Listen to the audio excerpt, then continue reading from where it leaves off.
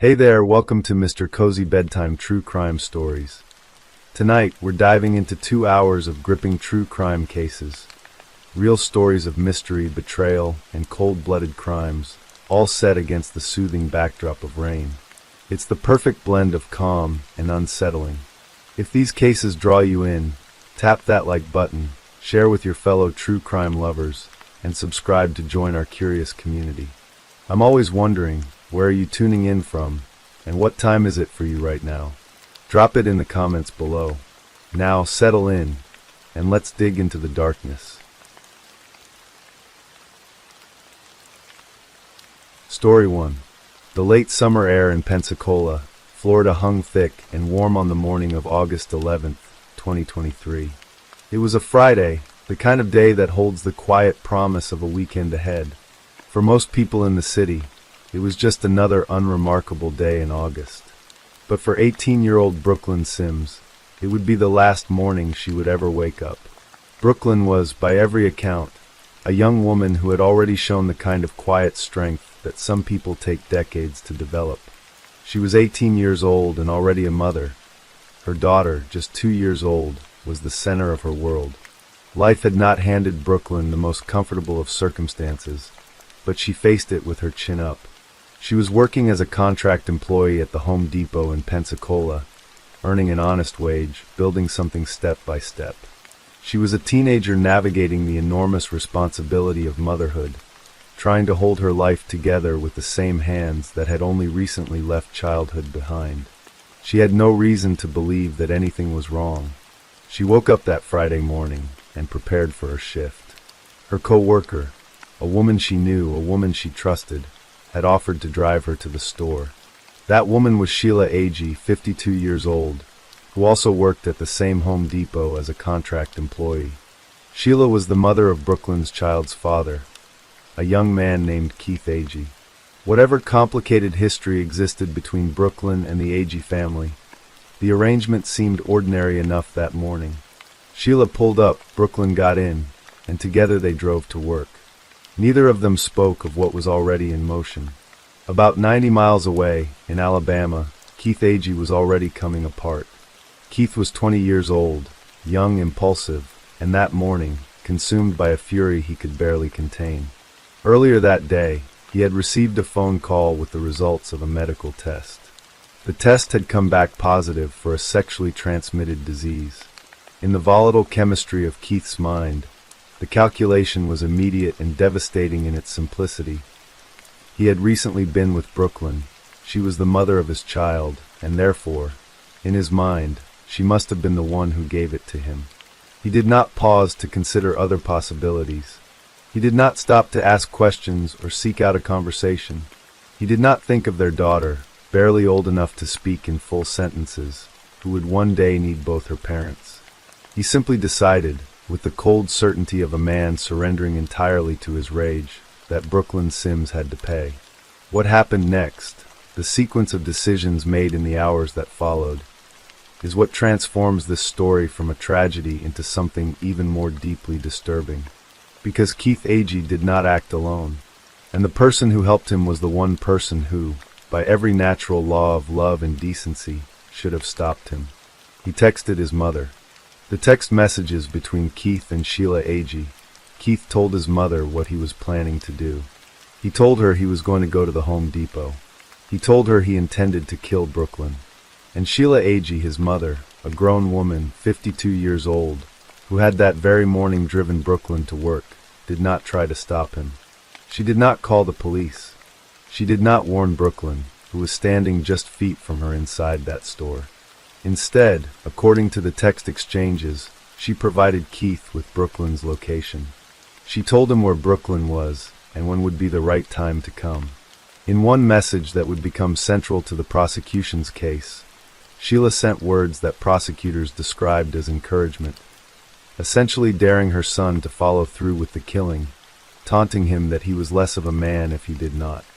While his mother was inside the store, standing alongside the young woman she had driven there herself, Keith Agee left his workplace in Alabama. He went home, walked inside, and retrieved a 9mm handgun.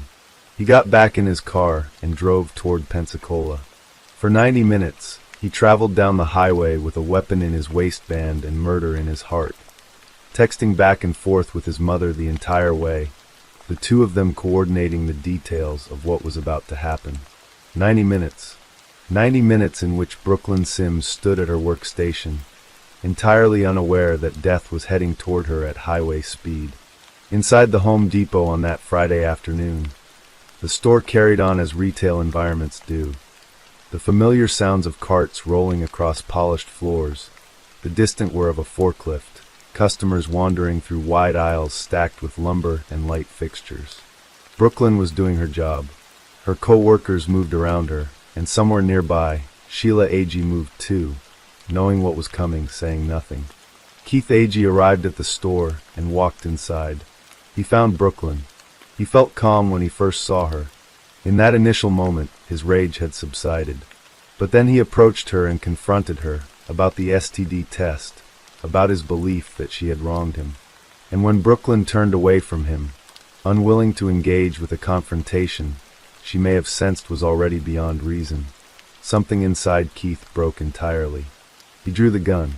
In the middle of a busy retail store, on an ordinary Friday afternoon in August, Keith Agee opened fire on Brooklyn Sims. He fired 7 shots. Several found their mark. Co-workers screamed and scattered.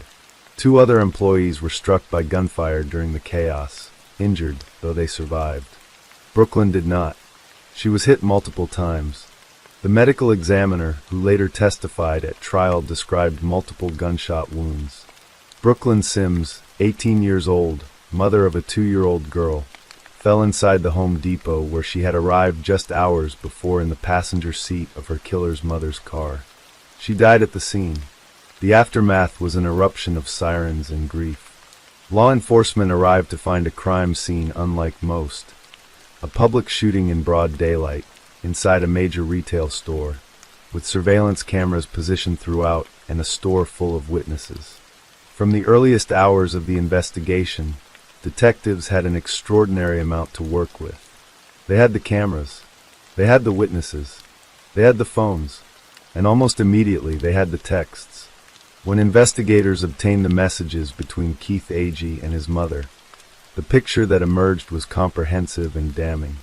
The text showed the progression of a murder plot assembled in real time. Keith announcing his intention, Sheila responding, the two of them discussing timing and logistics while Brooklyn was alive and present and completely unaware. Detectives found no evidence that Sheila had attempted to stop her son or warn the victim. They found the opposite. Keith Agee was arrested and charged with first-degree premeditated murder and 2 counts of aggravated battery for the injuries sustained by his co-workers. He did not flee, did not disappear. The combination of surveillance footage, witness accounts, and the digital record of his messages meant that any attempt at denial would have been useless. Shortly after, investigators turned their attention to Sheila Agee. Her arrest warrant described the same cold logic that the text messages had documented. She had known, she had enabled, and she had done nothing to prevent the death of a young woman who had trusted her enough to get into her car that morning. Sheila Agee was arrested and charged as a principal to first-degree premeditated murder, a charge that, under Florida law, carries the same weight as if she had pulled the trigger herself. For Brooklyn's family and friends, the weeks that followed her death were marked by a grief almost impossible to articulate. A vigil was held, attended by those who had known and loved her. People who gathered not just to mourn, but to remind a stunned community that the young woman killed inside that store had been real, had been full of life, had been more than a name in a news headline. Her daughter, still too young to fully understand what had happened, would grow up with only fragments, photographs, stories, the memories of those who had known her mother. The criminal cases moved through the courts. Keith Agee went to trial in December 2023. Prosecutors laid out the evidence, the texts, the purchase of a firearm, the 90-minute drive from Alabama, the witnesses inside the store. Keith's defense team attempted a somewhat different argument, suggesting that while he had undeniably fired the shots, he had not truly planned to kill Brooklyn when he first walked in, that the decision had been made in a flash of emotion when she turned away from him, not premeditated in the legal sense. The jury rejected that argument. The evidence of premeditation was simply too overwhelming. A man who texts his mother about his plans, drives 90 minutes with a loaded weapon, and enters a specific store to find a specific person does not do so on impulse. Keith Agee was found guilty of first-degree premeditated murder. He was sentenced to life in prison without the possibility of parole. He was 20 years old. He would never again be free. And then came the cruelest twist of all. The detail that, when revealed, silenced courtrooms and broke hearts all over again. Brooklyn Sims did not give Keith Agee a sexually transmitted disease. The medical examination conducted after her death included STD testing, and the results were definitive. Brooklyn was clean. She had nothing. Keith had contracted the disease from someone else entirely. Some other encounter, some other relationship he had failed to account for. He had murdered the mother of his child, destroyed 2 lives and shattered a family, based on an assumption he never once thought to question. He never gave Brooklyn the chance to speak. He never asked her directly. He simply decided she was guilty, armed himself, and drove. Brooklyn never even knew what she was being accused of. The legal proceedings against Sheila Agee took longer. Her first trial, in November 2024, ended in a mistrial when juror issues rendered the proceedings invalid. A legal procedural collapse that sent Brooklyn's family back to the beginning, forced to wait once more for the justice they had been promised. It is a particular cruelty of the legal system that families of victims must sometimes endure this, to sit through a trial, to relive the worst moments imaginable in graphic detail, and then to be told to come back and do it again. They came back. Sheila Agee's second trial began in August 2025. Over 3 days, the jury heard the same devastating evidence that investigators had assembled. The text messages, the timeline, the fact that Sheila had driven Brooklyn to work that very morning, had sat beside her in a car, had known what was coming, and had said nothing. Prosecutors argued powerfully and directly that Sheila Agee had not merely failed to prevent the murder. She had actively participated in making it happen. She had provided her son with Brooklyn's location. She had, in her own written words, encouraged him. She was not a helpless bystander. She was a conspirator. Both Sheila and Keith testified in their own defense during the second trial. Keith took the stand and claimed, remarkably, that his mother had never truly wanted him to hurt Brooklyn, that her messages had been misunderstood, that she loved Brooklyn. It was a story that strained credulity against the cold, clear language of the texts themselves. Sheila denied that her messages constituted encouragement, that she had meant something different, that she too had not fully believed Keith would go through with it. The jury deliberated for less than 3 hours. Sheila Agee was found guilty of principle to first-degree premeditated murder. She was 52 years old. She received the mandatory minimum sentence, life in prison, without the possibility of parole. Mother and son would now both spend the rest of their lives behind bars. A family unit that had, in the span of a single morning's worth of text messages, conspired to end the life of an 18-year-old girl. What lingers about the case of Brooklyn Sims is not simply the horror of the crime itself, though that horror is profound and real. It is the layers of betrayal woven through every moment of the story. Brooklyn was betrayed by the father of her child, who chose a gun over a conversation. She was betrayed by a woman old enough to be her mother, who drove her to the door of her own death and stayed silent while her son drove toward it. She was betrayed by the terrible randomness of a medical result that was not even accurate, an assumption formed in fury and never corrected, because Brooklyn was never given the chance to speak. She was 18 years old. She had a daughter who still needed her. She had a whole life she had barely begun to live, a future that belonged to her and to no one else, until someone took it, violently and without justification, in the middle of a retail store on a Friday afternoon. Brooklyn Sims is remembered by those who loved her as someone full of life and warmth, a young mother doing her best with what she had, facing the world with a resilience far beyond her years. Her daughter will grow up knowing her mother's name, knowing the story, knowing that the people responsible have been held accountable, and carrying always the weight of a love she deserved to have for a lifetime, but was allowed only 2 years. Justice was eventually served. But justice, as those closest to Brooklyn know far better than any courtroom can express, does not bring anyone back. It does not undo the morning of August 11th, 2023, or restore what was taken from a little girl who still needed her mother. All it can do, all it ever can do, is bear witness to the truth of what happened and declare, in the clearest possible terms, that Brooklyn Sims mattered. She mattered. She was real. And she deserved so much better than the world gave her in the end. Story 2. The Florida sun had barely begun its descent when silence fell over Tamarack Village Apartments on July 13, 2022. It was an ordinary Wednesday afternoon in the kind of quiet suburban complex where neighbors nodded hello at the mailbox and children played in the courtyards. Nobody could have anticipated that, inside one of those apartments, a young woman's life had already been taken. Her future stolen by someone she had never truly wronged, erased by a jealousy that had quietly been building for months, hundreds of miles away in New York City. Her name was Kayla Hodgson. She was 23 years old. Kayla was the kind of person who lit up whatever room she walked into. Friends and family described her as vibrant, warm, and endlessly caring. Someone who had a passion for fashion, who could quote episodes of The Office from memory, and whose laughter was the sort that made others feel instantly at ease. She worked as a bottle girl and waitress in South Florida's entertainment scene, a job that demanded charm and endurance in equal measure, both of which Kayla had in abundance.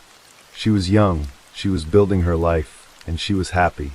She had recently begun dating a man she cared about deeply, a man whose name, in the weeks and months ahead, would become inseparable from the story of her death. His name was Revelto Robinson, known to those close to him as Terry. He and Kayla had found each other, and to those watching from the outside, it looked like a relationship blossoming naturally, the way good things sometimes do. But what Kayla may not have fully understood, what perhaps nobody adequately warned her about, was that Terry's past had not yet let him go. Back in New York City, a woman named Sakina Thompson was watching. Thompson, 31 years old, had been in a relationship with Terry before Kayla entered the picture. When that relationship ended and Terry moved on, something inside Thompson did not move with it. She became consumed by what she could not have. She tracked Terry's movements obsessively, installing a GPS tracker on his Range Rover, a device that silently fed her information about where he was, when he arrived, and how long he stayed. She checked his location dozens of times a day, capturing screenshots when he visited unfamiliar addresses, building a digital picture of a life she felt had been taken from her. When the tracker began leading repeatedly to the Tamarack Village Apartments in South Florida, Thompson knew.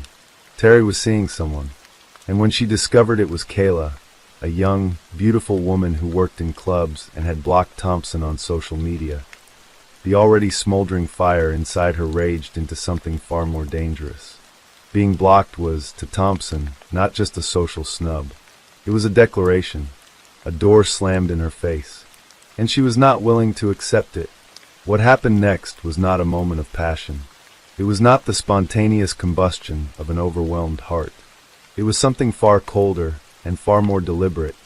Thompson began to plan. In the days leading up to July 13th, 2022, she went shopping. Store receipts would later tell the story her silence could not.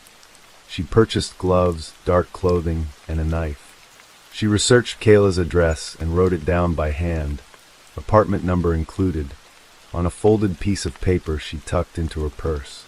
She created a fake Uber account under an assumed identity, a digital disguise to accompany the physical one she was assembling. She booked a one-way flight from New York to Fort Lauderdale, a one-way ticket. She was not planning to come back the same person who left. In the early hours of July 13th, 2022, while much of Tamarack still slept, Sakina Thompson landed in South Florida. She was dressed carefully, a wide-brimmed hat pulled low over her forehead, a COVID-19 mask covering the lower half of her face, dark gloves pulled over her hands. On surveillance footage from neighboring buildings, she is an unsettling figure, moving through a residential complex in full disguise in the dead of summer, when the Florida heat makes such clothing almost unbearable. But Thompson did not seem to care about comfort. She had a purpose. Using her fake Uber account, she had traveled to Tamarack Village Apartments. Security footage captured her entering the complex at approximately 12:45 in the morning, slipping inside by following another resident through the door, a common and deceptively simple way to bypass locked building entrances. She moved through the hallways and found Kayla's door. What happened inside that apartment belongs to the realm of forensic evidence and courtroom testimony, but the outlines are harrowing. The medical examiner would later determine that Kayla suffered dozens of stab wounds. The attack was ferocious and relentless. There were no significant defensive wounds on Kayla's hands or arms, suggesting she had either been taken completely by surprise or incapacitated before she could fight back. The murder weapon, a sharp, single-edged blade approximately 6 inches in length, was never recovered. Investigators believe Thompson disposed of it somewhere between the crime scene and the airport. Kayla Hodgson died sometime between 1 and 2 o'clock in the morning of July 13, 2022. She was 23 years old, with her whole life ahead of her. But Thompson was not done. In the stunned, horrifying moments after taking Kayla's life, she did not flee in panic. Instead, she did something that would later chill the jury that heard her case. She began to clean. She attempted to wipe away evidence of the attack. Then, with a deliberateness that still stuns investigators, she changed out of her own blood-soaked clothes and put on Kayla's. She walked out wearing the garments of the woman she had just killed. She then contacted Terry, who was waiting at a nearby shopping center. Together, the two of them boarded a flight back to New York, on the very same day Kayla's life had been taken. It was a neighbor who discovered her, at approximately 3 o'clock that afternoon. A frantic 911 call broke the quiet of the apartment complex. The caller's voice was trembling as they described what they had found. Within minutes, Broward County Sheriff's deputies swarmed the scene, their vehicle lights strobing against the walls of the building. Inside Kayla's apartment, they found a young woman who had been viciously attacked and left to die. What they found also told a story. The scene showed signs of an attempt to clean it, clothing was missing, and the victim had been left without dignity in the aftermath of an act of profound violence. Detectives moved quickly. From the earliest hours of the investigation, certain details stood out with cold clarity. The surveillance footage showed a disguised figure entering the complex. The timing of the attack corresponded with GPS data that investigators later obtained. The fake Uber account created a digital breadcrumb trail. And within Kayla's apartment, in the midst of the cleaned-up crime scene, there was still evidence, partial footprints, traces of blood that matched the tread pattern of shoes later found in a New York apartment, and a partial fingerprint on the bathroom door frame that did not belong to Kayla or any authorized visitor. Detectives also obtained Terry's phone records. What they found was a digital archive of his relationship with Kayla. Hundreds of messages, late-night conversations, travel plans. And through those records, and through the GPS tracker data that Thompson had used so obsessively against Terry, investigators were able to build a detailed reconstruction of the hours leading up to the murder. The tracker had recorded Thompson's patterns. Dozens of location checks per day, screenshots of Terry's movements, the repeated visits to Tamarack Village Apartments flagged in the data. It was a portrait of obsession, preserved in digital amber. Most damning of all was the handwritten note found in Thompson's possession, Kayla's address, her apartment number, written in Thompson's own hand. There was no innocent explanation for it. It was a target. It was a destination. It was proof of premeditation. On the morning of August 3, 2022, a tactical team surrounded a building in New York City. Detectives knocked on Sakina Thompson's door, identified themselves, and Thompson opened it. She surrendered without resistance, reportedly appearing unsurprised by their arrival, as though she had always known, somewhere in the back of her mind, that this moment was coming. Inside her apartment, investigators found clothing that matched witness descriptions, with traces of blood later confirmed to belong to Kayla Hodgson. They found the folded note with Kayla's address. They documented everything. Thompson was booked into Rikers Island and charged with first-degree murder. She waived her right to an extradition hearing in New York, expediting her transfer to Florida custody. On August 10, 2022, she arrived in handcuffs at Fort Lauderdale Hollywood International Airport, escorted by Broward County Sheriff's deputies, as news cameras recorded her arrival. The wheels of justice had begun to turn. The trial that followed was more than 3 years in the making. Defense motions and changes in legal representation caused repeated delays, stretching the case through years of waiting. Years that Kayla's family endured while her killer remained in the legal system. When the trial finally arrived, Sakina Thompson took the extraordinary step of testifying in her own defense. On the witness stand, she described entering Kayla's apartment and claimed that Kayla had attacked her with a piece of glass from a hookah pipe, slashing her across the stomach. She told the jury she had blacked out, only to regain consciousness and find herself standing in Kayla's blood. She claimed she had acted in self-defense, that she feared for herself and for the baby she was carrying. Thompson was pregnant at the time of the killing. The prosecution dismantled this account piece by piece. Prosecutors described Thompson as jealous and insecure, a woman who had traveled more than 1,000 miles with a single predetermined purpose. They presented the flight records, the fake Uber account, the disguise, the purchased gloves and knife, the GPS tracking data, the handwritten note with Kayla's address, and the forensic evidence connecting Thompson to the scene. They presented the medical examiner's findings, dozens of stab wounds on Kayla's body, evidence of an attack that was not the product of a blackout or a sudden panic, but of sustained, directed violence. They asked the jury a simple but devastating question. If Thompson had simply blacked out and acted in self-defense, why did she change into Kayla's clothes? Why did she try to clean the crime scene? Why did she board a flight back to New York on the same day? Why did she have Kayla's address written in her own handwriting before she ever left New York? Self-defense, the prosecution argued, does not come prepared with gloves and a knife and a handwritten map to the victim's home. On October 15, 2025, a Broward County jury returned their verdict after more than 3 years of waiting. Guilty of first-degree murder. The verdict landed like a stone in still water, sending ripples through a packed courtroom. For Kayla's family, who had spent more than 3 years holding their grief alongside the uncertainty of whether justice would ever arrive, the word meant something profound and complicated. Grief does not evaporate with a verdict, but justice, at least, had been served. Kayla's family spoke to reporters after the verdict. Her mother, Terry Hodgson, said the outcome brought the family some peace, knowing justice has been served. Other relatives expressed gratitude that the jury had been able to see the case for what it truly was. Not a self-defense situation, not an accident, not a moment of chaos, but a deliberate act carried out against a young woman who had done nothing to deserve it.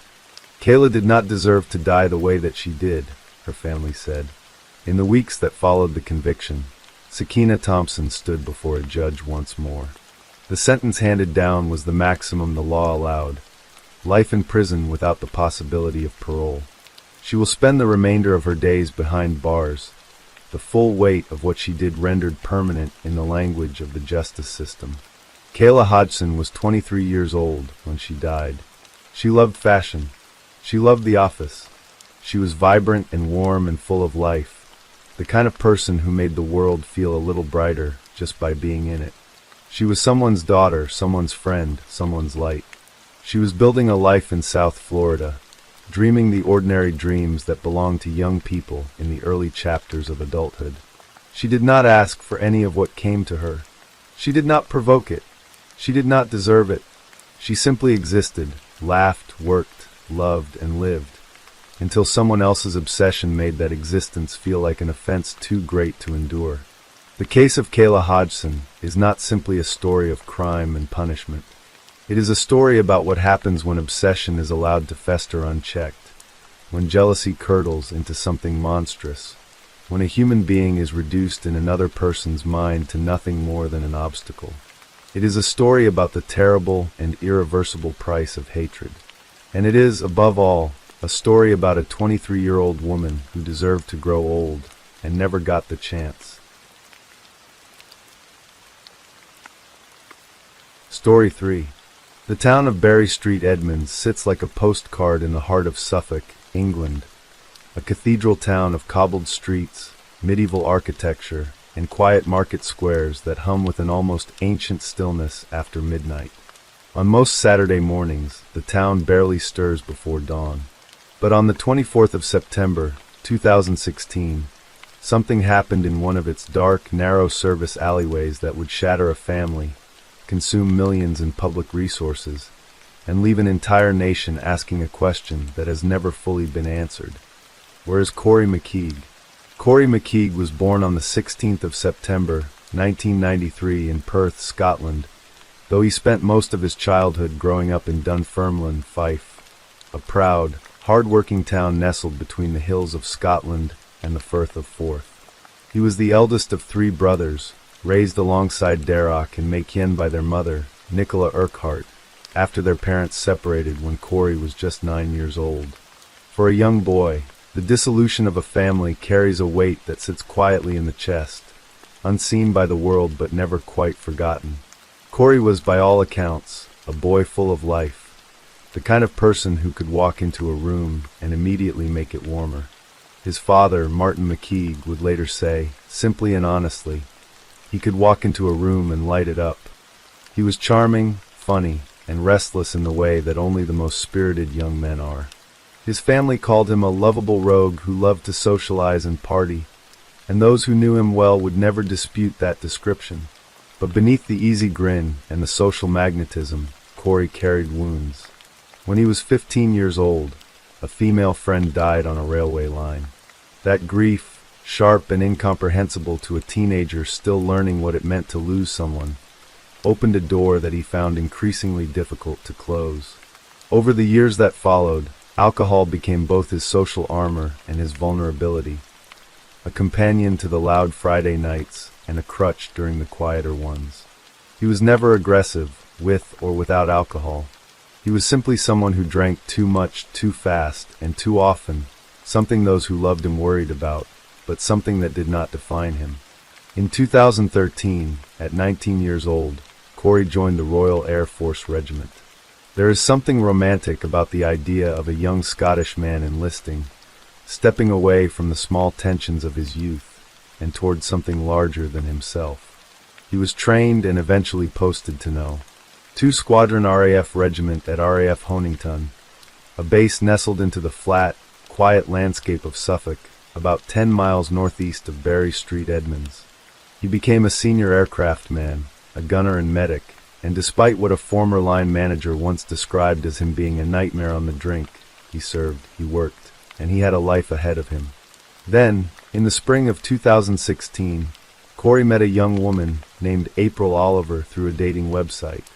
They had been together only 5 months when the world changed for both of them, though April would not discover the full weight of that change until the following January. The weekend of the 23rd of September, 2016 was an ordinary one for the young men and women stationed at RAF Honington. Cory had the weekend off, and like many 23-year-olds with a rare break from duty, he planned to make the most of it. He drove his car into Bury Street, Edmonds with a group of friends, intending to leave it parked overnight and enjoy a night out on the town. April Oliver, his girlfriend, was away on holiday in the United States at the time. He had been texting his brother Darach that evening, making plans to meet up later.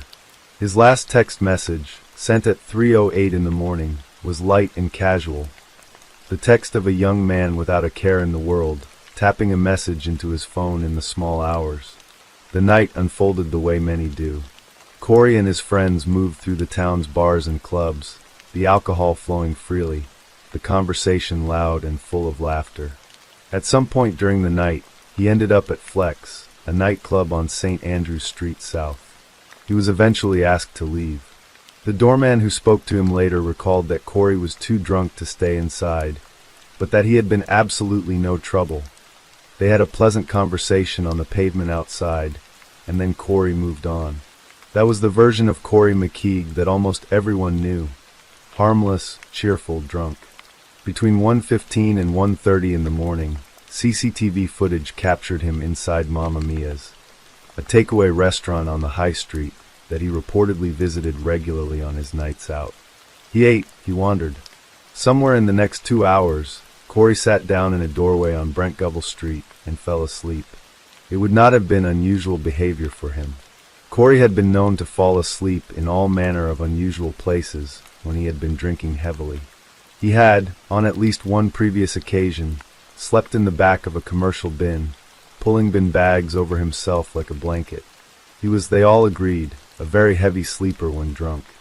At 3:25 in the morning, a CCTV camera mounted on a building on Brentgovell Street captured the last confirmed image of Cory McKe. He was wearing a pink shirt, slightly disheveled from the long night, and he was walking with the slow, wandering purpose of someone following an instinct rather than a plan. He turned into a cul-de-sac area just off the street, a service area known locally as the Horseshoe, a small, enclosed loading bay lined with large commercial waste bins used by the local businesses. The camera never captured him coming out. Because Cory had the weekend off, nobody raised an alarm immediately. He was a young man who often lost his phone or his wallet on a night out. He had slept in strange places before. His friends assumed he had found his way home somehow. It was not until Monday, the 26th of September, when Cory McKe failed to report for work at RAF Honington, that anyone in a position of authority registered his absence.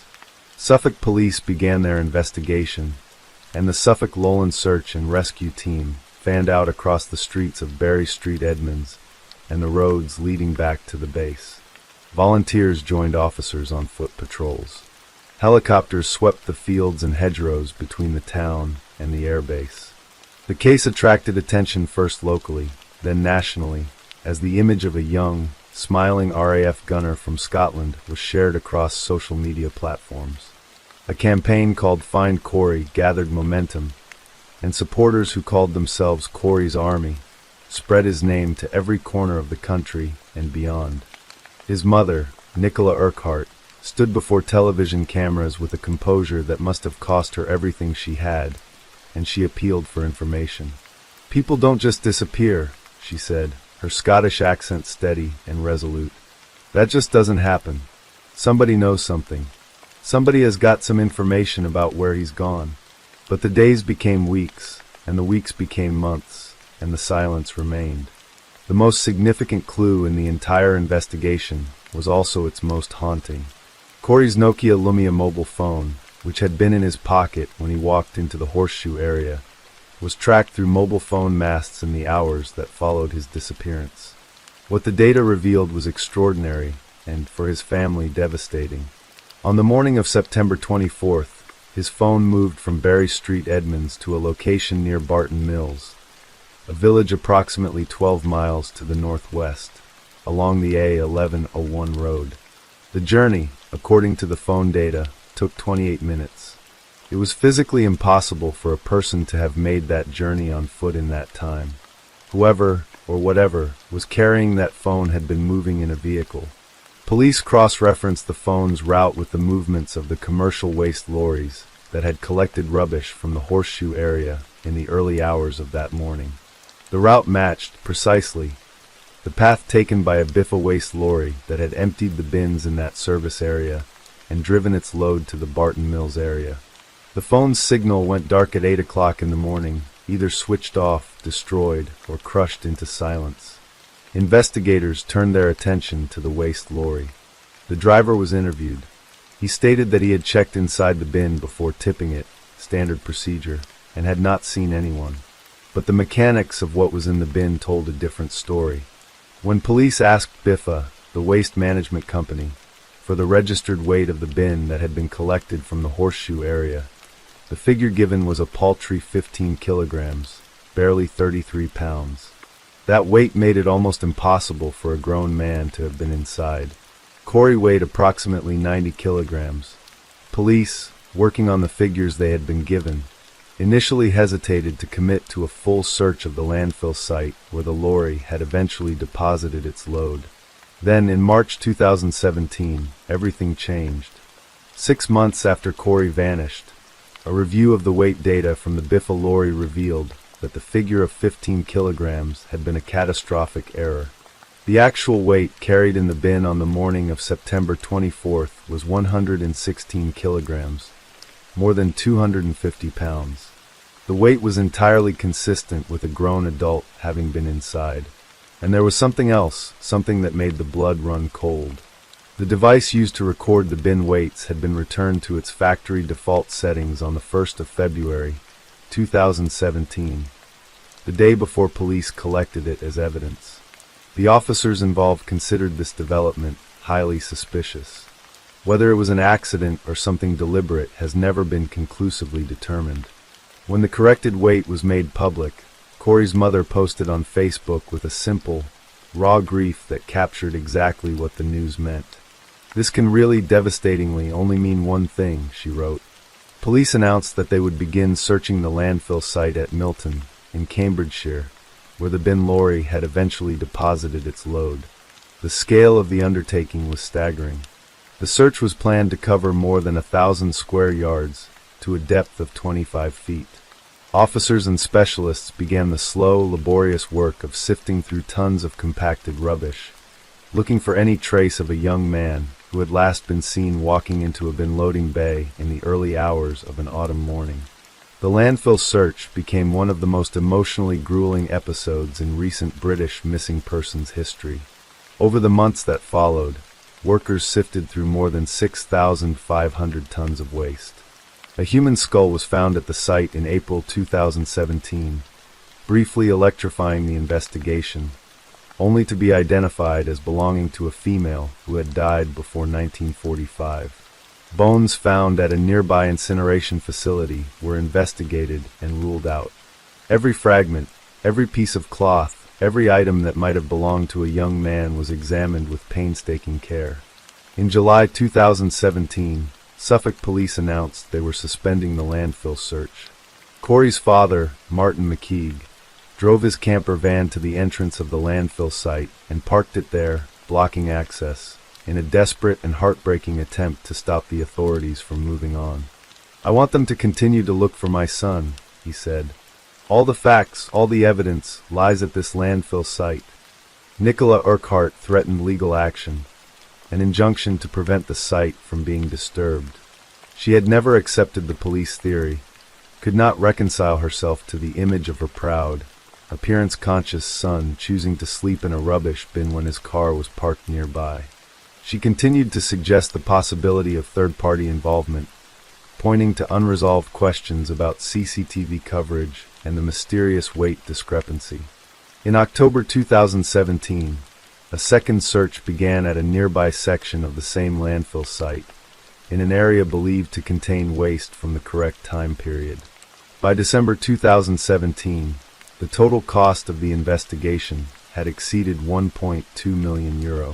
By January 2018, it had climbed to €2.1 million, making Operation Phonetic, as the case was formally known, the most expensive Suffolk police investigation in a decade. In March 2018, Suffolk police formally stood down their active inquiry. Unless any new, realistic, and credible information becomes available, their statement read, then the investigation is complete. While the investigation ground on, and the searches came and went, life in its most tender form continued. In January 2017, for months after Cory disappeared, his girlfriend April Oliver made an announcement. She was pregnant. She had discovered she was carrying Cory's child after she had cut her holiday in the United States short and returned to Britain when news of his disappearance reached her. Neither she nor Cory had known about the pregnancy when he walked out into that September night. On the 11th of June, 2017, a little girl was born. April named her Ellie Louise and gave her the middle name Cory, a small, permanent thread connecting a daughter to the father she would never meet. Years later, when his mother spoke about her son's legacy, it was Ellie she described first and most warmly. The spit of her dad, she said, being raised to know who he was, with his humor, with his spirit. Years passed. The case was never forgotten, though it faded from the daily headlines. In November 2020, following a request from the family, it was announced that a full inquest would be conducted into Cory McKe's death.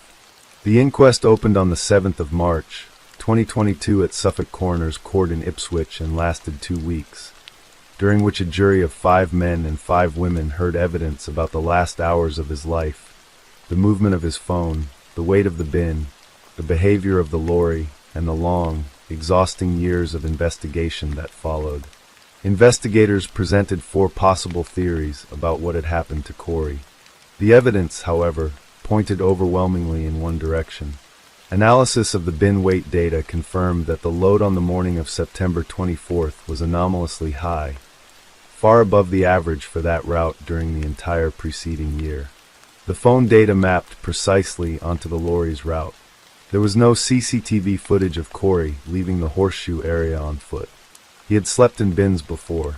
He had been described as virtually impossible to wake when he had been drinking.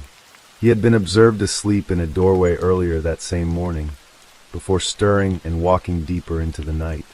A pathologist told the jury that had Cory climbed into the bin and been tipped into the back of the lorry, he would likely have died within minutes. The lorry was fitted with a compactor, a crushing mechanism that compresses waste as it is loaded. 10.8 tons of waste moved through that lorry that morning, eventually compacted to the density of a small, dense block. There was no survival. The pathologist gave a 5% chance of survival, and that fraction dissolved entirely in the face of everything else. The jury returned its verdict in less than a single day. Cory McKe died at approximately 4:20 in the morning on the 24th of September, 2016, in Berry Street, Edmonds, as a result of compression asphyxia in association with multiple injuries. His death had been contributed to by impaired judgment due to alcohol consumption. The jury also noted ineffective locks on the bins, an insufficient check of the bin before it was tipped, and poor visibility through the viewing window on the lorry, all of which, in combination, had allowed a preventable tragedy to unfold in the pre-dawn darkness of an English market town. Cory McKe was formally and legally declared dead. His body has never been found. It lies compressed, dispersed, irretrievable, somewhere within the layers of a landfill site in Cambridgeshire, beneath years of waste and the slow churn of time. For Nicola Urquhart, the inquest brought something she had spent nearly 6 years aching for. Not her son, not the one thing that could never be returned, but an answer. She left the court saying that she believed, 100%, in the jury's conclusion. As a family, we've now all walked out of there with a huge weight lifted off our shoulders, she said, her voice carrying the exhaustion of someone who had carried a terrible burden for a very long time. Cory's father said simply that he hoped his son could finally be left to rest in peace. Beyond a family's grief and a little girl named Ellie Louise was a set of urgent questions about safety, about the locks on commercial bins, about the procedures waste lorry drivers follow before tipping, about the visibility afforded by those small perspex windows through which a driver is expected to check that no living person is inside. The coroner ordered prevention of future death reports to be sent to the Container Handling Equipment Manufacturers Association and to BIFA. Small administrative letters addressed to companies, written in the dry language of coroner's law, in memory of a 23-year-old boy from Dunfermline who lit up every room he walked into and died alone in the dark.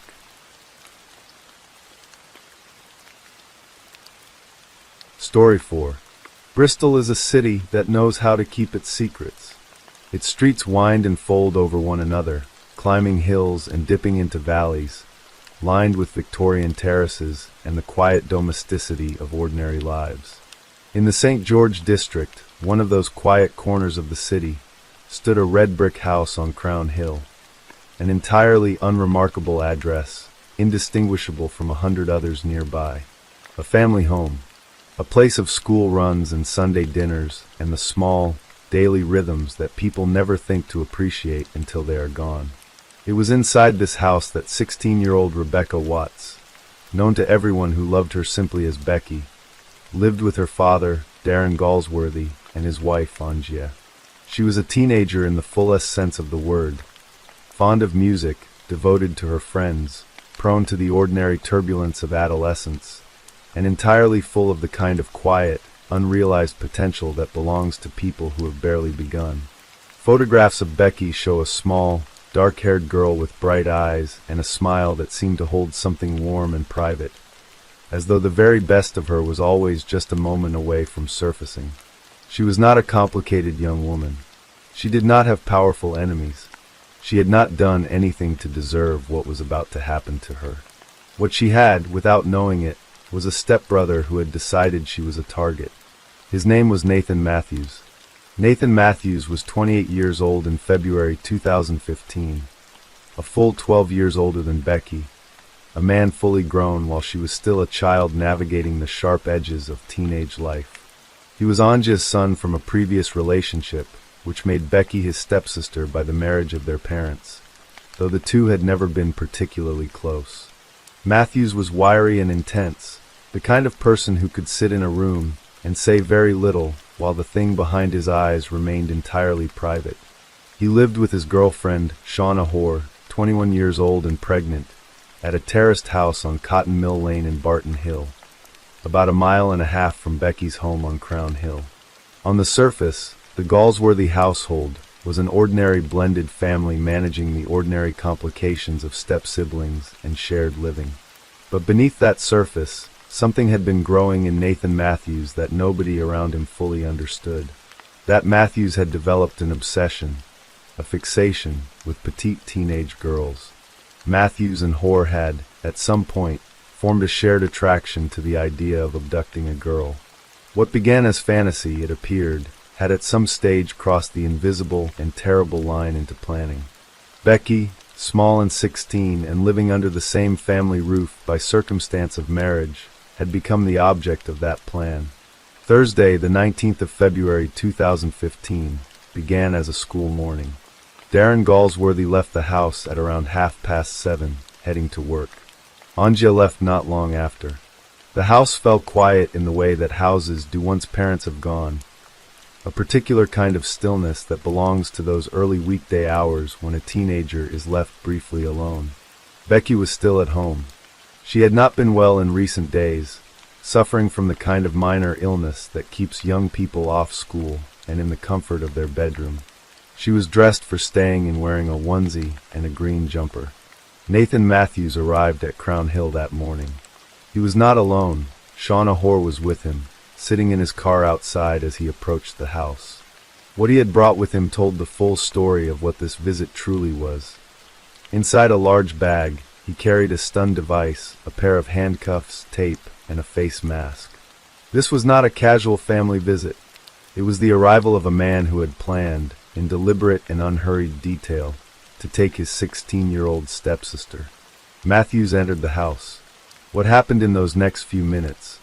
What was said, how Becky responded, whether she understood the danger she was in, cannot be known with complete certainty, because the only people who know the full truth have never told it cleanly.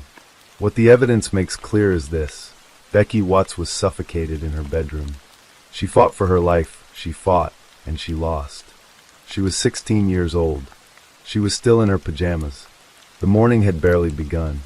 Matthew's face mask had slipped during a struggle, that Becky had seen his face, that he had panicked and strangled her to stop her from identifying him. After Becky died, Matthews went back to the car. Hoare, who had been waiting outside throughout, now joined him inside the house. The two of them stayed at Crown Hill for several more hours. When Darren and Anja came home, they came home to their own house, walked through the door, moved through the rooms, unaware that their daughter had been killed there that very morning. Matthews and Hoare were present in the house, behaving normally, speaking ordinarily, concealing everything. Later that day, they loaded Becky's body into the boot of Matthews' car and drove her back to Cotton Mill Lane. The disappearance was reported to police the following day. At 4 o'clock in the afternoon of February 20th, The Galsworthy family contacted Avon and Somerset police to say that Becky had not been seen since the morning and could not be reached. Her phone, her laptop, her tablet were all at home. She had taken nothing, packed nothing, told nobody anything. The absence of any goodbye, any message, any explanation meant that from the very first hours of the investigation, something felt profoundly wrong. The police launched an appeal. The family appeared before cameras, their faces raw with fear, pleading for anyone with information about Becky's whereabouts to come forward. Darren Galsworthy spoke in the measured, desperate voice of a parent who does not yet know the truth but has begun, somewhere beneath the surface of hope, to suspect the worst. The community of Bristol responded with remarkable warmth. Volunteers flooded in, leaflets were printed and distributed across the city, and search parties combed parks, alleyways, and railway tracks. For nearly 2 weeks, the question hanging over the city was the same: where is Becky? The answer was already in a house 1.5 miles away. The morning after the murder, Nathan Matthews had gone shopping. He walked into a B&Q hardware store in Horfield, Bristol, and purchased a circular saw, along with face masks, gloves, and protective goggles. He also visited a local 99p store and later a Sainsbury's, where he bought tape and cling film. Every item was recorded by store surveillance cameras, every transaction traceable. He was buying with methodical patience the tools he needed to make Becky disappear. Over the following days, in the bathroom of their home on Cotton Mill Lane, Matthews and Hoare dismembered Becky's body. They cut her into 8 pieces, wrapped each part in cling film, and placed them into suitcases and a plastic storage box. All the while, they continued to participate in the public search for Becky. Matthews attended family gatherings. He spoke to investigators. He looked Becky's grieving father in the eye. For nearly 2 weeks, while Becky's family appeared before cameras, begging the public for help finding a girl who was already gone. It was their phones that began to unravel everything. As the investigation intensified, detectives began examining the digital trail left by those closest to Becky.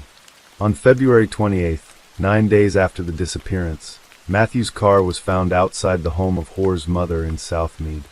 That same day, Matthews and Hoare were arrested on suspicion of kidnap. They gave their accounts calmly, consistently.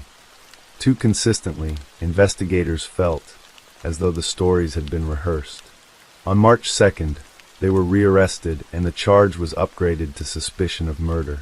On March 2nd, Matthews provided a written statement to police that would later be read aloud in court. A statement he refused to hear, reportedly placing his fingers in his ears as it was read, blocking out the sound of his own words. It stated, in flat and chilling language, that he accepted responsibility for the death of Rebecca Watts on the 19th of February. It described what he had brought to the house. It described, in the distancing, passive language of a man avoiding his own reflection, the sequence of events that had ended a 16-year-old's life. The following day, March 3rd, 2015, police officers attending a property in Barton Court, Barton Hill, a short distance from Cotton Mill Lane, opened a shed. Inside, they found what had been done to Becky Watts. Suitcases and a plastic box. 8 packages wrapped in cling film. The detail of discovery was described, months later in a courtroom, as like the worst of all horror movies. Several police officers who attended the scene required counseling in the aftermath. On March 4th, Nathan Matthews was formally charged with murder. 6 more individuals were subsequently arrested and charged with assisting an offender, accused of having helped to conceal or move the packages containing Becky's remains. The investigation had expanded from a missing person case to a murder inquiry to a conspiracy that had reached beyond the 2 people at its center. The trial of Nathan Matthews and Shauna Hoare opened on October 6, 2015, at Bristol Crown Court, before Mr. Justice Dingemans, in the full glare of national media attention. For 5 weeks, the jury heard the architecture of the crime assembled piece by piece. The evidence from the hardware stores, the forensic findings from Cotton Mill Lane, the digital records, the police interviews, the medical examiner's testimony. The prosecution's case was direct and devastating. Becky had been suffocated in her bedroom as part of a kidnap plot driven by Matthews' sexual fixation with petite teenage girls. A fixation whore had come to share. After her death, the prosecution argued, Matthews had stabbed Becky 15 times, and then the two of them had carried out the dismemberment together, over several days, while simultaneously maintaining the pretense of being concerned family members participating in the search. Material recovered from their home, including a video about the sexual assault of a teenager found on a laptop, confirmed the nature of the motivation behind the crime. Matthews, in the witness box, offered a different account.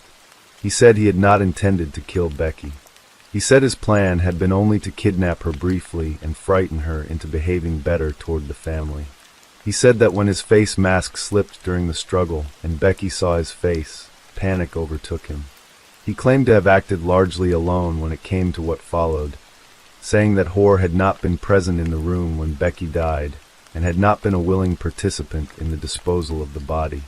He said he had closed his eyes while using the circular saw, a detail that the prosecutor addressed directly and pointedly, asking the jury to consider what it meant that a man claimed not to know what his own hands were doing.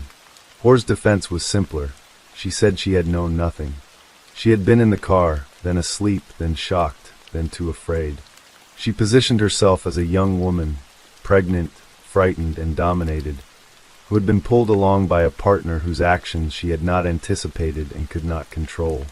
The prosecution systematically dismantled both accounts. A person who arrives at a home with a bag containing a stun device, handcuffs, and tape is not a person improvising. A person who goes shopping for a circular saw the morning after a death is not a person in shock.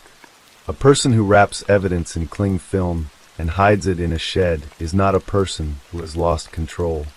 And a couple who jointly sits with a grieving family and speaks to police for nearly 2 weeks, performing normalcy, performing grief, is not two people operating independently of each other. On November 10, 2015, the jury returned their verdicts. Nathan Matthews was found guilty of murder.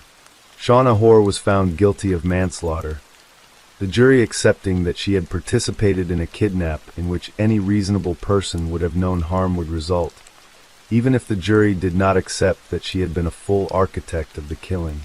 Both were also found guilty of conspiracy to kidnap.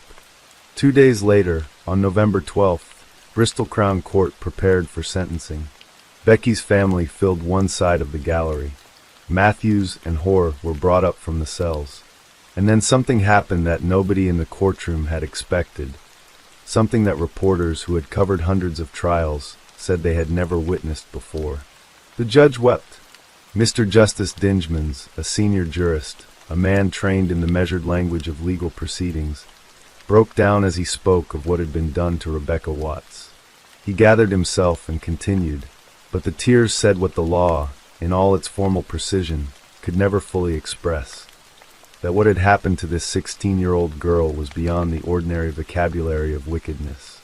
That it belonged to a category of cruelty that even the most experienced among us struggle to process without grief. In his remarks, the judge confirmed what the evidence had established, that Nathan Matthews had developed a fixation with having sex with petite teenage girls, and that Becky's kidnap had been planned for a sexual purpose. He described the deception practiced on Becky's father and stepmother as particularly cruel and unusual. The calculated normalcy of two people who had murdered and dismembered a child continuing to attend family dinners and speak to the media, while what they had done to her remained hidden in a shed. He said that both defendants had given obviously dishonest accounts to the court, that neither had truthfully explained what had happened in that bedroom, and that he understood entirely why Becky's family found that frustrating. Because the family deserved the truth. Becky deserved the truth, and the truth was the one thing that Nathan Matthews, even in the end, would not give. Nathan Matthews was sentenced to life imprisonment with a minimum term of 33 years. He was 28 years old at sentencing, meaning he would be at least 61 years old before he could even be considered for release. Shauna Hoare was sentenced to 17 years. Becky's family, who had sat through 5 weeks of a trial that had laid out in graphic, relentless detail what had been done to their daughter, wept and held one another as the sentences were delivered. In the chaos of emotion that followed in the courtroom hallway, they spoke briefly to waiting press. There were no words that were adequate. There never are. There is a particular quality to cases like Becky Watts that makes them linger in the mind long after the verdict has been delivered and the courtroom has emptied. It is not simply the horror of the crime, though that horror is real and deep and not easily forgotten. It is the betrayal. Becky Watts was killed by a person who shared her family's name. She was taken in a house she considered home, in a room she slept in every night, by someone she had known her entire adolescent life. She died on a Thursday morning in February, still wearing the comfortable clothes of a sick day at home, in the place where she was supposed to be safest in all the world. She was then hidden, her remains packaged and concealed, while her father went on television to beg strangers for help finding her. She was 16 years old. She was just beginning. The judge who sentenced her killer said as much, that Becky had been just beginning to enjoy her teenage years when her life was ended. She had friends who mourned her. She had a father and a stepmother who had sat through the unsurvivable and survived it anyway, because grief, despite everything, does not have an exit. The murder of Becky Watts became one of the most significant criminal cases in Bristol's history, not because of its complexity, but because of its intimacy. Because the greatest horrors are not always those committed by strangers in dark alleys. Sometimes they are committed by people who know your name, who have sat at your table, who drive past your street. Sometimes the danger comes from inside the family home, wearing an ordinary face. Becky Watts deserved a life. She deserved, at the very least, the chance to grow up, to discover who she would become, to know what it felt like to be safe in her own house. She was denied every one of those things. What remains, in the end, is her face in a photograph, small and bright-eyed, smiling a smile that seemed to hold something warm and private, and the knowledge that those who loved her have carried the weight of February 19th, 2015, every single day since. She was just beginning.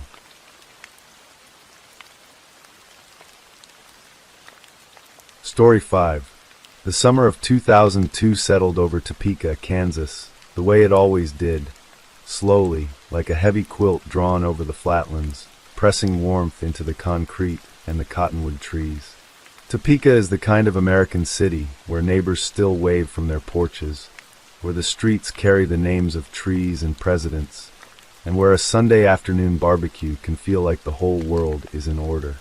It was against this backdrop of ordinary Midwestern life that, on the morning of the 7th of July, 2002, a retired detective named Harold Warswick rang the doorbell of his daughter's home and received no answer. He stood for a moment, perhaps listening for footsteps on the stairs, for the rustle of someone waking. Nothing came. He walked around to the back of the house, noticed a sliding door left open. Unusual, but not alarming, not yet, and let himself inside. He called his daughter's name. Silence. He moved through the familiar rooms of a home he knew well, toward the basement stairs, and there, at the bottom of the steps, in the pale half-light of a July morning, he saw Karen. Harold Warswick, a man who had spent his working life seeing difficult things, needed only a single glance. "Oh, Christ," he said. He knew she was dead. Then he found Mike, lying on the outside of the bed. He called 911 with the voice of a father undone. Karen Harkness was 53 years old when she died. She was warm-hearted, professionally accomplished, working in the hospitality industry, and beloved by her children, Chad and Aaron, who would spend the next 2 decades describing her as a woman who had no enemies. "My mom was an amazing woman," her daughter Erin Sutton would later say. "She didn't have enemies." Mike Cisco was 47, a salesperson for a welding company, who came alive in the company of people who loved him. His son Dustin would speak of him with unguarded tenderness. "My dad was really my life growing up. He was really my hero." The couple had found each other after the wreckage of earlier marriages, 2 people in their middle years who had been given a second chance at happiness and had seized it with both hands. They had been together 4 years. The night before their deaths, surveillance cameras at a casino about an hour outside of Topeka caught them laughing, leaning into each other, living with the ease of people who felt safe. They had stopped for coffee on the way home, the last time either of them was seen alive on camera. Family members were due to gather at Karen's house the very next day.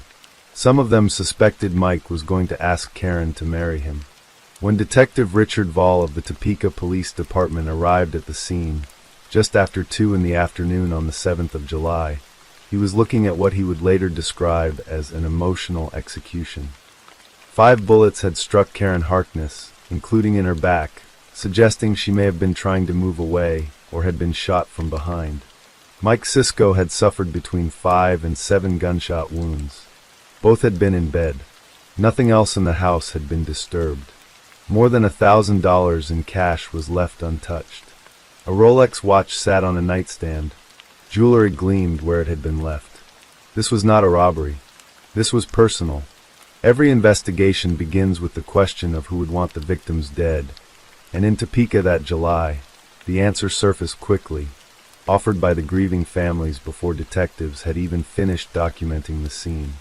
Mike Cisco's sister Kathy Boots said the name without hesitation. His brother-in-law Mark Boots said it too.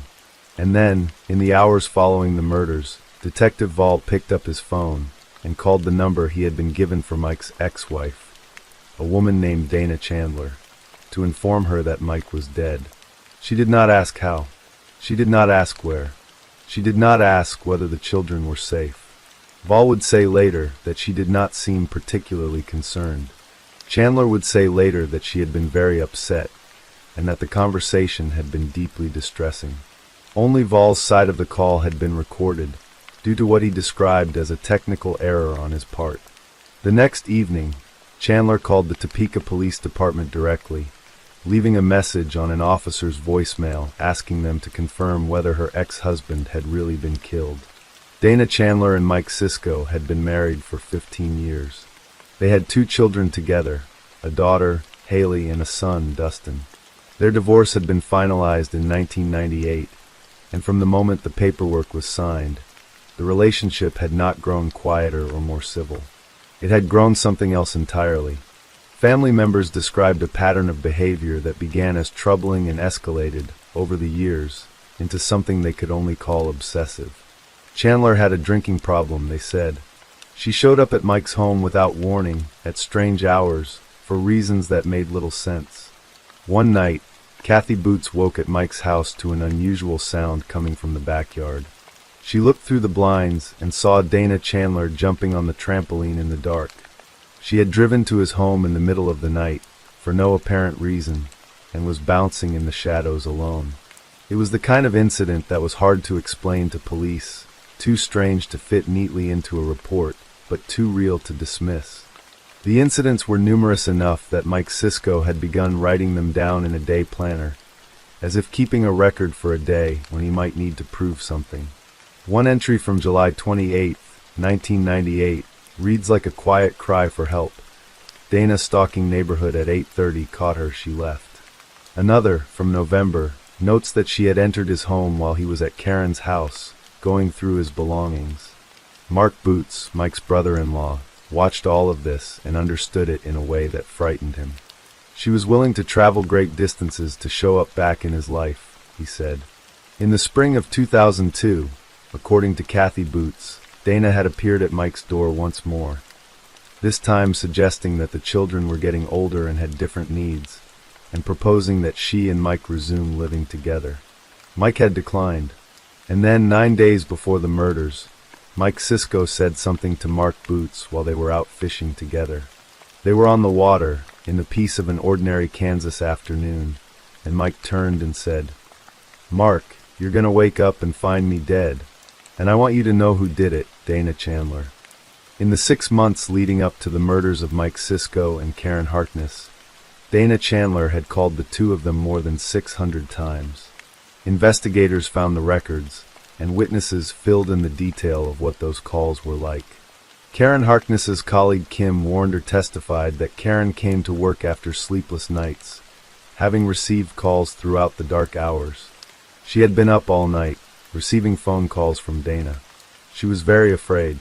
Erin Sutton, Karen's daughter, said her mother told her about the messages that had been left, voice messages full of cruelty, of names designed to wound. On June 3rd of 2002, alone, an FBI analyst testified that Chandler made 17 calls in 18 minutes. Then the calls stopped. Not because the problem resolved itself, but because for 27 hours during the weekend of the murders, Dana Chandler's mobile phone showed no activity at all. Detective Vol noted it when he reviewed her phone records, and the absence hit him as hard as any clue he had ever found. A woman who used her phone constantly, habitually, through every ordinary hour of her days, a woman who made 17 calls in 18 minutes, had simply gone silent for an entire day and night at the precise moment that Mike Cisco and Karen Harkness were shot to death in their bed. Chandler lived in Denver, Colorado. It was approximately 8 hours from Topeka, Kansas by car. When Detective Vol asked her what she had been doing that weekend, she told him she had been home in her Denver apartment on the Saturday evening, the night of the murders, and had gone for a drive in the mountains on the Sunday morning. She mentioned stopping at several stores to run errands. Vol went through her credit card receipts. Most of the purchases were what she described: cigarettes, snacks, a car cigarette lighter. But there was one purchase she had not mentioned: 2 5-gallon gas cans, bought from an AutoZone store. Investigators calculated that 10 gallons of extra fuel would be enough for an extended road trip, or for someone who needed to drive a long distance without stopping at petrol stations where they might be seen or recorded. When they checked the Rocky Mountain National Park surveillance cameras for footage of the drive through the mountains that Chandler described, frame by careful frame, there was no sign of her car. There was also no way to confirm she had been in her apartment. No neighbors had seen her. No friends had spoken with her. Not a single call had been made or received by her phone from the time she went quiet to the time she came back. It was, as the detectives noted, a 27-hour window that swallowed everything. Among all the people whose lives were shattered on the 7th of July, 2002, none carried a more complicated grief than Haley Seal, who was 17 years old when her father was killed. Haley was Dana Chandler's daughter. She was also Mike Cisco's daughter. She sat at the exact, terrible junction of the two families, and she knew what she believed. She had watched her mother's behavior with growing alarm for years.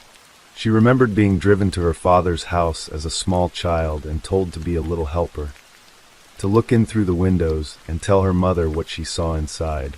She remembered her mother asking whether there was a woman with her father. In 2005, 3 years after the murders, Haley began secretly recording her own conversations with Dana Chandler. She was not a detective. She was not trained in evidence gathering. She was a young woman who needed to know whether her mother had killed her father, and she could think of no other way to find out. The recorded conversations are extraordinary documents of a relationship under impossible strain. In one exchange, Haley pressed her mother directly, asking whether she could just tell her the truth so they could move forward. Dana's reply was denial. But in another conversation, something else slipped through. Dana Chandler, speaking in the casual intimacy of a private phone call, told her daughter, "I said I could kill him. You ever think about killing him?" "I did. Honestly, I can say I did." She framed it as passing frustration, the kind of thing anyone might say. But the words sat between them, not quite explained, not quite forgotten. As for Haley's brother Dustin, he was equally certain. He testified that his mother had driven him and his sister out on surveillance runs, watching their father's house from the car. "She told us, we're just going to be her little helpers," Dustin said in court. For nearly a decade after the murders, the case sat in an agonizing limbo. Detective Vol had a suspect. The families had a conviction. But the Shawnee County District Attorney at the time, Robert Hecht, looked at the evidence and made a difficult, honest assessment. Without the murder weapon, without DNA, without fingerprints, he could not take the case to a jury. Kathy Boots, Mike's sister, could not accept this. She and her mother Carol drove around searching for clues, lifting manhole covers, checking the ceilings of motorway service station bathrooms, looking for a gun that Dana Chandler might have discarded on a drive back to Denver. They found nothing, but they did not stop. The families pushed and pushed. They requested meetings with the DA. They conducted their own investigations. They carried their grief through years that refused to offer them anything in return. In 2007, forensic homicide consultant Vernon Gaberth, a former New York City Police Department detective, reviewed the case files and issued a formal report concluding that Dana Chandler was the one and only person who had the motive, means, and opportunity to commit these murders. Then, in 2011, a new district attorney named Chad Taylor took office in Shawnee County.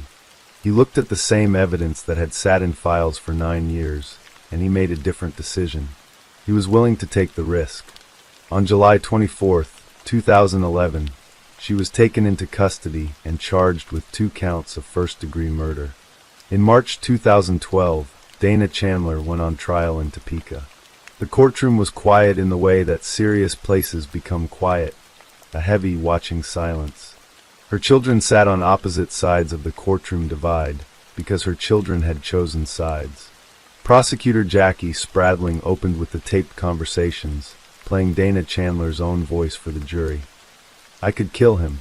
I thought about killing him." She walked the jury through the pattern of 600 phone calls, the gas cans, the silent phone, the dry run into Topeka a month before the murders.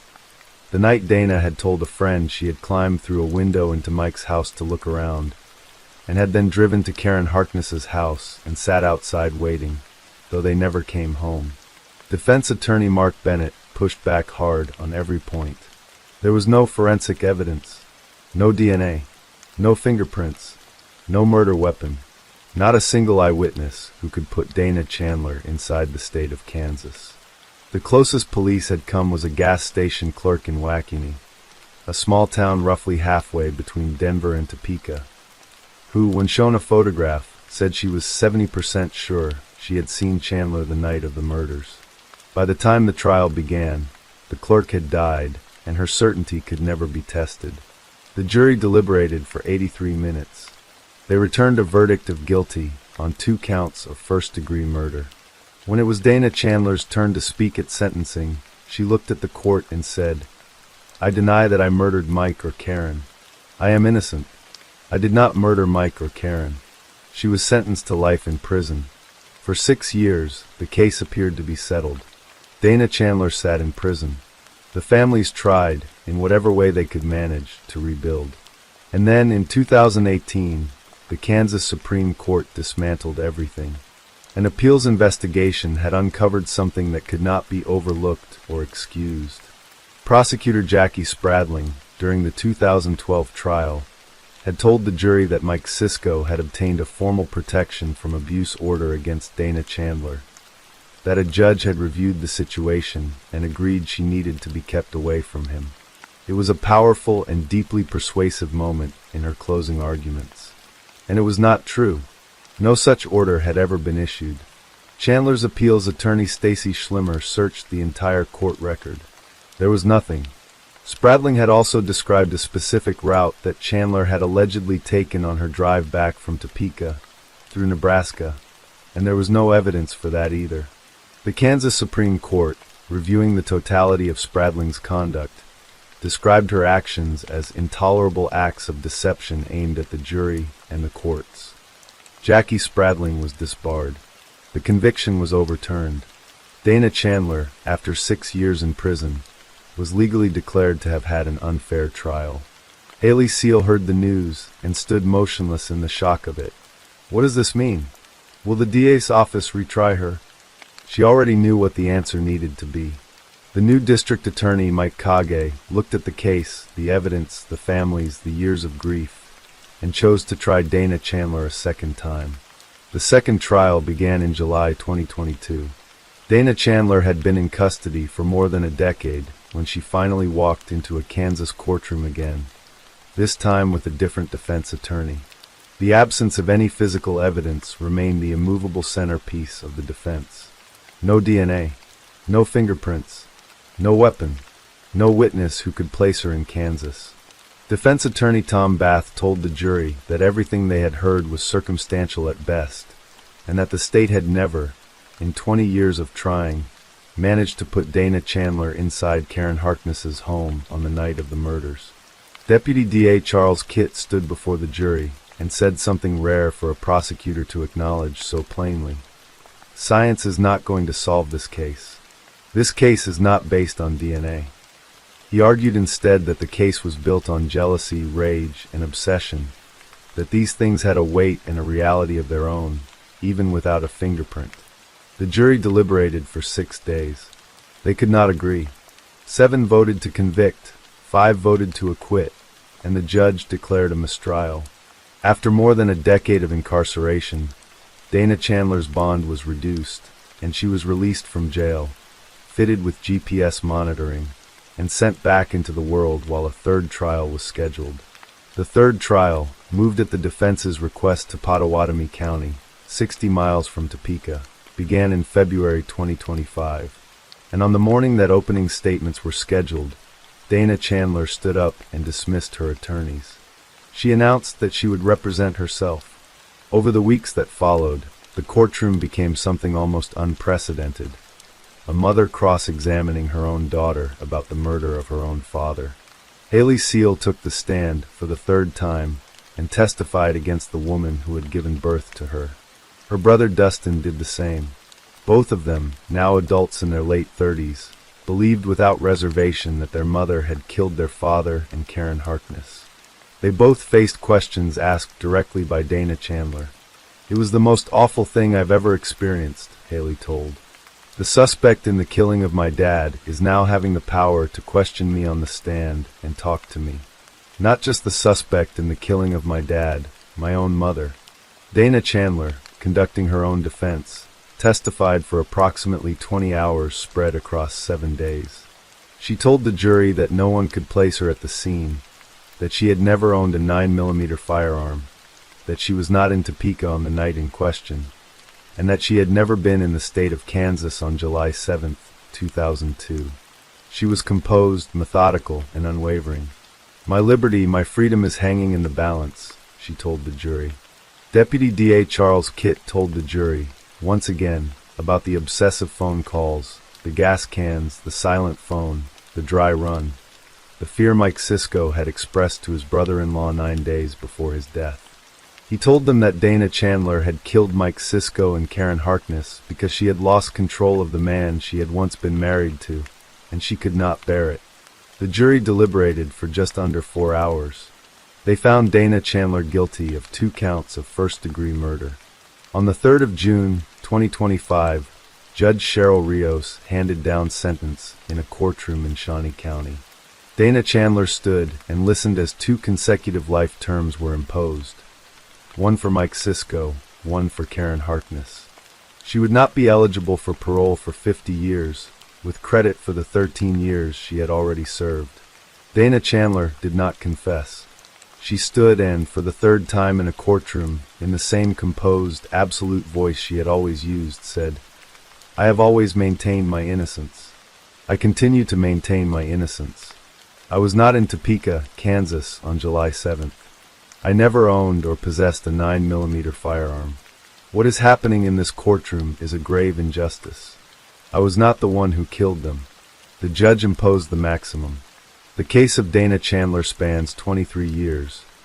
From the morning Harold Warswick rang his daughter's doorbell in Topeka to the June afternoon when a judge closed a chapter that had been open since the summer of 2002.